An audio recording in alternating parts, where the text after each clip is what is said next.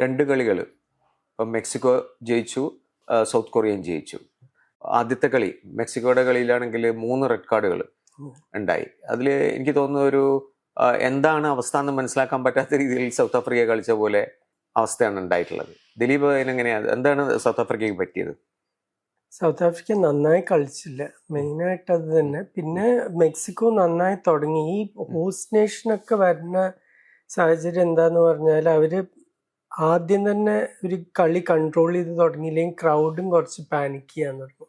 ക്രൗഡിന്റെ ബേജാറ് കളിക്കാരെ ബാധിക്കും, പിന്നെ കളി താഴോട്ടു. അപ്പൊ നേരെ ആദ്യം തന്നെ ഗോൾ അടിച്ചത് കാരണം ടീമിന് മെക്സിക്കോന് കുറച്ച് റിലാക്സ് ചെയ്ത് കളിക്കാനും പറ്റി. അപ്പൊ അത് കളി ആകെപ്പാട് മാറ്റി. പിന്നെ ഇപ്പോഴത്തെ സൗത്ത് ആഫ്രിക്ക ടീമില് ഞാൻ ഇന്നലെ കണ്ടത് വെച്ചിട്ട് എനിക്ക് അവരെങ്ങനെ നൈജീരിയയുടെ മുമ്പിൽ ക്വാളിഫൈ ചെയ്തതെന്ന് എനിക്കറിയില്ല. എന്ന് വെച്ചാൽ നൈജീരിയ ഇതിൽ നല്ല ടീമാണ്, വലുതായിട്ട് ക്രിയേറ്റിവിറ്റി ഇല്ലാത്തൊരു ടീം. ഒരുമിച്ച് കളിക്കണ കുറെ കളിക്കാരുണ്ട്, അപ്പൊ ആ ഒരുമയുണ്ട്. പക്ഷെ കഴിവ് വെച്ച് നോക്കുകയാണെങ്കിൽ ഇപ്പൊ 96 കപ്പ് ഓഫ് നേഷൻസ് ജയിച്ച ടീം, അതിലൊക്കെ അത് കഴിഞ്ഞിട്ടും പിന്നെ സ്റ്റീവൻ പിയനാർ, വേറെ കുറെ ബെന്നി മെക്കാത്തി, കുറെ പേര് ടോപ്പ് ഇംഗ്ലീഷ് ക്ലബ്സിന് കളിച്ചവരുണ്ടായിരുന്നു. ഇപ്പൊ അധിക പേരും സൗത്ത് ആഫ്രിക്കയിൽ ബേസ് ചെയ്തവർ തന്നെയാണ്. അപ്പൊ ആ ഒരു ക്വാളിറ്റിയുടെ കുറവ് തീർച്ചയായിട്ടും നമുക്ക് കാണാൻ പറ്റി. മെക്സിക്കോയുടെ കളിയിൽ മെക്സിക്കോ എപ്പോഴും, അതായത് നമ്മൾ നേരത്തെ പറഞ്ഞ പോലെ തന്നെ ഒരു മെക്സിക്കൻ ശൈലിയാണോ ശരിക്കും, അതൊരു കുറച്ചൊരു യൂറോപ്യൻ ആധിപത്യമുള്ള കളിയായിട്ടില്ലേ തോന്നുന്നത്? രണ്ടും ഉണ്ട്. അവർക്ക് നല്ല കളിക്കാരുണ്ട്, സ്കിൽഫുൾ ആയിട്ടുള്ള കളിക്കാരുണ്ട്. ഇപ്പൊ രണ്ടാമത്തെ ഗോളിന്റെ ആ ക്രോസ് ഒക്കെ എല്ലാ സെന്റർ ഫോർവേഡും സ്വപ്നം കാണുന്നുണ്ട്, അങ്ങനത്തെ ഒരു ക്രോസ്. ശരിക്കും അത്രയും പെർഫെക്റ്റ് ആയിട്ട്. പിന്നെ എന്നെ സംബന്ധിച്ചിടത്തോളം നല്ല ഒരുവിധം ഫുട്ബോൾ സ്നേഹികൾക്ക് എല്ലാവർക്കും ഏറ്റവും സന്തോഷം വരുന്ന ഒരു ഗോളായിരുന്നു. അതെന്താ വെച്ചാൽ രാഹുൽ ഹിമിനസിന്റെ തല ഫ്രാക്ചർ ആയതാണ് 6 കൊല്ലം മുമ്പ്.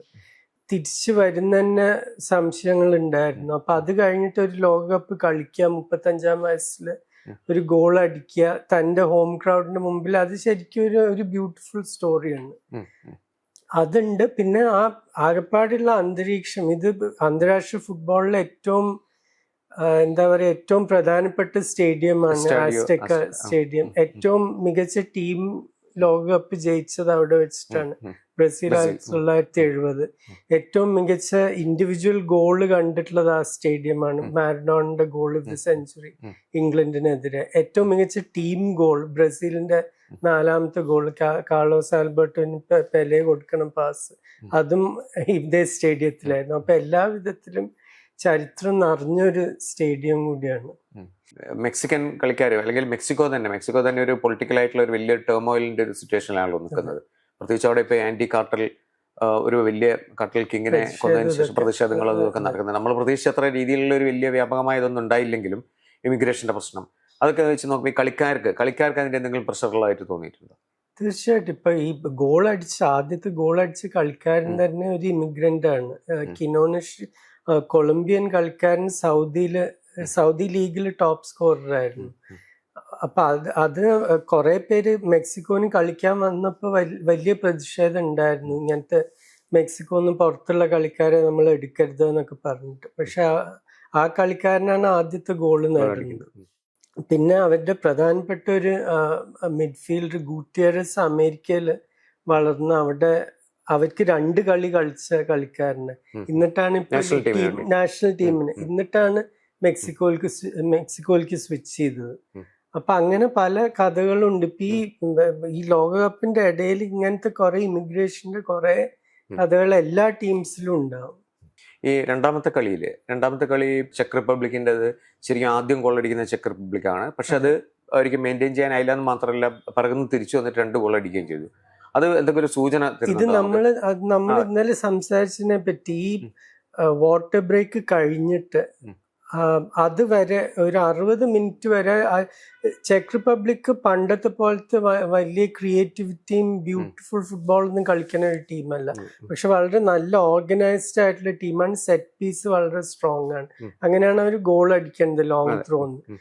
പക്ഷെ 60 മിനിറ്റ് കഴിയുമ്പോഴേക്കും ഈ ഡിഫെൻസീവ് സ്ട്രക്ചറൊക്കെ വർക്ക് ചെയ്യണമെങ്കിൽ കളിക്കാർക്ക് ഫിറ്റ്നസ് വേണം.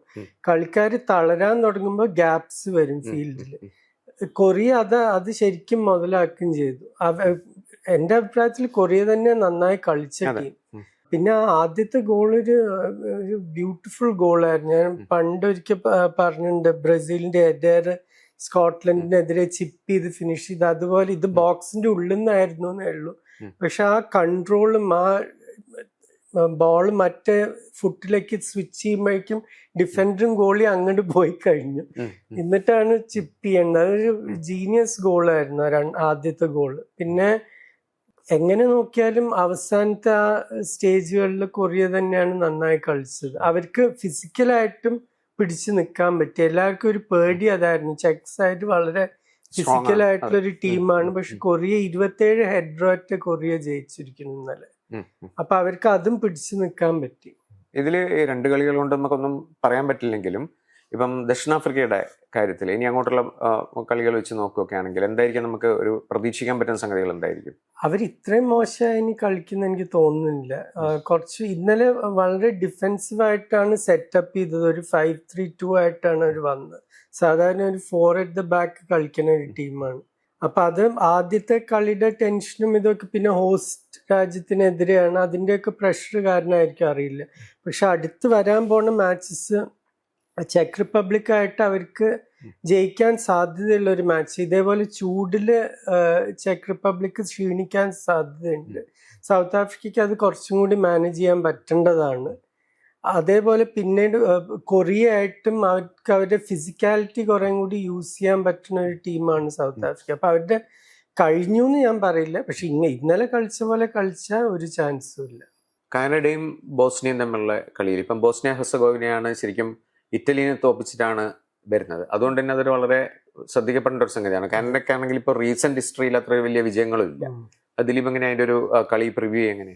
കാനഡയുടെ ഏറ്റവും നല്ല കളിക്കാരൻ കളിക്കുന്നില്ല. അൽഫോൺസോ ഡേവിസ് ഇപ്പോഴും ഫിറ്റ് അല്ല. അവരുടെ ഏറ്റവും പ്രധാനപ്പെട്ട സെൻട്രൽ ഡിഫൻഡർ മോയിസ് ബൊംബിറ്റോ കാലൊടിഞ്ഞിട്ട് ഇപ്പൊ 6-7 മാസമായി. അതിനുശേഷം ഒരു കളിയാ കളിച്ചിട്ടുള്ളത്. ട്രെയിനിങ് കണ്ടവരൊക്കെ പറഞ്ഞു നല്ല വേദന ഉണ്ട് ഇപ്പോഴും. പക്ഷെ അവര് സ്ക്വാഡിൽ നിർത്തുന്നു പറഞ്ഞിട്ടുണ്ട്. അപ്പൊ ചിലപ്പോൾ സബ്സ്റ്റിറ്റ്യൂട്ട് ആയിട്ട് വരുമോന്ന് അറിയില്ല. ബോസ്നിയ ആണെങ്കിൽ പറഞ്ഞ പോലെ വെയിൽസിനെയും ഇറ്റലിയും തോൽപ്പിച്ചിട്ടാണ് വന്നത്. പണ്ടത്തെ യുഗോസ്ലാവിയ എന്ന് പറഞ്ഞ എല്ലാ രാജ്യങ്ങൾക്കും വളരെ ഹൈ ലെവൽ ഓഫ് ടെക്നിക്കൽ സ്കില്ലാണ് കളിക്കാർക്ക്. അപ്പൊ അവർക്ക് കാനഡ ആയാലും ഏത് ടീമായാലും അവർ പേടിച്ചിട്ട് കളിക്കാൻ പോകുന്നില്ല. അവരവരുടെ സ്റ്റൈൽ എക്സ്പ്രസ് ചെയ്തിട്ട് തന്നെ കളിക്കും. പിന്നെ അവർക്ക് മികച്ച 2-3 കളിക്കാരുണ്ട്. ബാരക്ടാരോവിച്ച് അമേരിക്കയിൽ വിസ്കോൺസിനിൽ ജനിച്ച കളിക്കാരൻ. അവർക്ക് ഒരു കളി കളിച്ചു.